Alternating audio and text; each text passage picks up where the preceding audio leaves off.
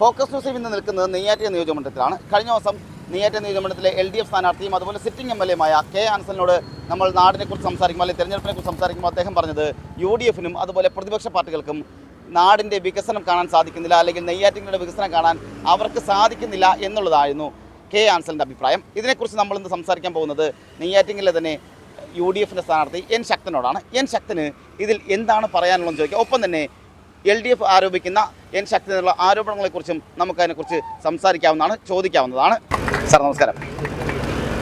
4 തവണ MLA, അതിൽ ഒരു തവണ മന്ത്രി, ഒരു തവണ പ്രോട്ടൈം സ്പീക്കർ, ഡെപ്യൂട്ടി സ്പീക്കർ, പിന്നെ സ്പീക്കർ, ഇതാണ് ഉണ്ടായിട്ടുള്ളത്. ഇതിപ്പോൾ നെയ്യാറ്റിൻകരയിലാണ് മത്സരിക്കാൻ പോകുന്നത്. സ്വാഭാവികമായിട്ടും പ്രതിപക്ഷ പാർട്ടി, അതായത് ഓപ്പോസിറ്റ് പാർട്ടിയിൽ പറയുന്നത് ശക്തന് വയസ്സായി, ശക്തനെ കൊണ്ട് ഇനി ഒന്നിനും കൊള്ളില്ല എന്നാണ് പറയുന്നത്. എന്താ പറയാനുള്ളത് അതിനകത്ത്? ഫോക്കസ് ന്യൂസ് ചെയ്യും. നിങ്ങൾക്ക് എന്താ തോന്നുന്നു? എനിക്കങ്ങനെ തോന്നിയിട്ടില്ല. എന്നെക്കാൾ പ്രായമുള്ളവര് ഇടതുമുന്നണിയിൽ മത്സരിക്കുന്നുണ്ട്, അത് എല്ലാവരുടെയും ശ്രദ്ധയിൽ വന്നിട്ടില്ലേ? എന്നെക്കാൾ അസുഖമുള്ള ഒരുപാട് പേര് മത്സരിക്കുന്നുണ്ട്. നമ്മുടെ മുഖ്യമന്ത്രിക്ക് എത്രയും വയസ്സ്? അങ്ങനെയാണെങ്കിൽ ഇനി 5 വർഷം കഴിഞ്ഞ് ഞാൻ മത്സരിച്ചാലും ആ പ്രായത്തിൽ ഞാൻ എത്തില്ല. അതുപോലെ തന്നെ നമ്മൾ തൊട്ടടുത്ത നിയോജകമണ്ഡലമൊക്കെ മത്സരിക്കുന്നവരുടെ പ്രായമൊന്ന് നോക്കണം. അവർക്കുള്ള അസുഖവും ഇല്ല, അവരുടെ പ്രായവും ഇല്ല. എനിക്ക് എന്താണ് അസുഖമെന്ന് എനിക്കറിഞ്ഞുകൂടാ. ഈ പറയുന്നവർ ഒന്ന് എൻ്റെ അസുഖം എന്താണെന്നൊന്ന് പറഞ്ഞു തരണം. എനിക്ക് ഷുഗറുണ്ട്, അതിവിടെ നിൽക്കുന്ന പലർക്കും ഉണ്ട്, അതല്ലാതെ എനിക്ക് അസുഖമൊന്നുമില്ല. നെയ്യാറ്റിൻകരയിൽ പറയുന്നത് നെയ്യാറ്റിൻകരയുടെ വികസനം UDF കാണാത്തതുകൊണ്ടാണ് ഈ അലിഗേഷൻ അല്ലെങ്കിൽ ആരോപണങ്ങൾ ഉണ്ടാകുന്നതെന്നാണ് പറയുന്നത്. നെയ്യാറ്റിൻകര വികസനം UDF കാണുന്നില്ല എന്നാണ് കഴിഞ്ഞ ദിവസം ആൻസൽ എന്നോട് തന്നെ പറഞ്ഞത്. അങ്ങനെയാണ്, നാടിൻ്റെ വികസനം UDF കാണാത്തതാണെന്നാണ്. ഇവിടുത്തെ ജനങ്ങൾ കാണണ്ടേ? ഇവിടുത്തെ ജനങ്ങളാണ് പറയുന്നത് ഇവിടെ വികസനമൊന്നും നടന്നിട്ടില്ല എന്ന്. ഞാൻ ഉദാഹരണം പറഞ്ഞു, ഈ റോഡ് വരാൻ അരമണിക്കൂർ എടുത്തു. അതാണ് വികസനം, അതാണ് വികസനം. ഞാൻ MLA ആയിരുന്ന കാട്ടാക്കട നിയോജകമണ്ഡലത്തിൽ 5 വർഷം അവിടെ MLA ആയിരുന്നു. ആ നിയോജകമണ്ഡലത്തിൽ മുഴുവൻ റോഡും റബ്ബറൈസ് ടാർ ചെയ്തു, ഇട റോഡുകൾ മുഴുവൻ ടാർ ചെയ്തു. ഇതുപോലെ റോഡ് അവിടെ കാണിക്കാൻ പറ്റുമോ? അതാണ് വികസനം. ചലഞ്ച് ചെയ്യുന്നതാണ്, CPM-നെ ചലഞ്ച് ചെയ്യുന്നതാണ് ഇതുപോലെ റോഡ് കാണിക്കാൻ പറ്റുമോ എന്നുള്ളത്.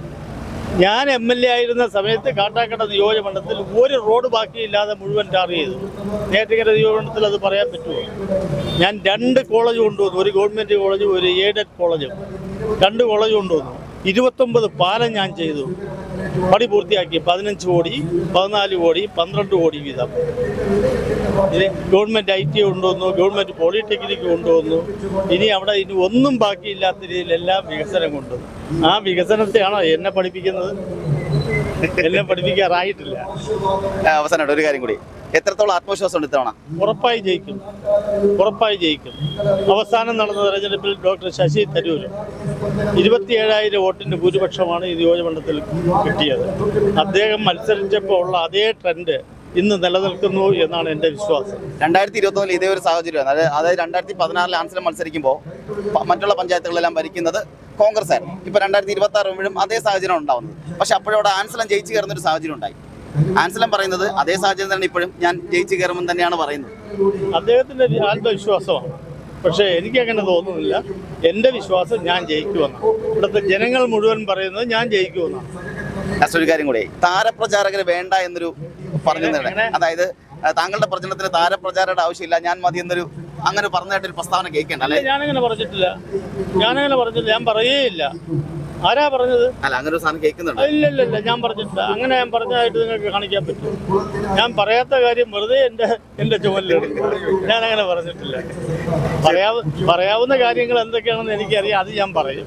പറയാൻ പാടില്ലാത്ത കാര്യം ഞാൻ പറയില്ല.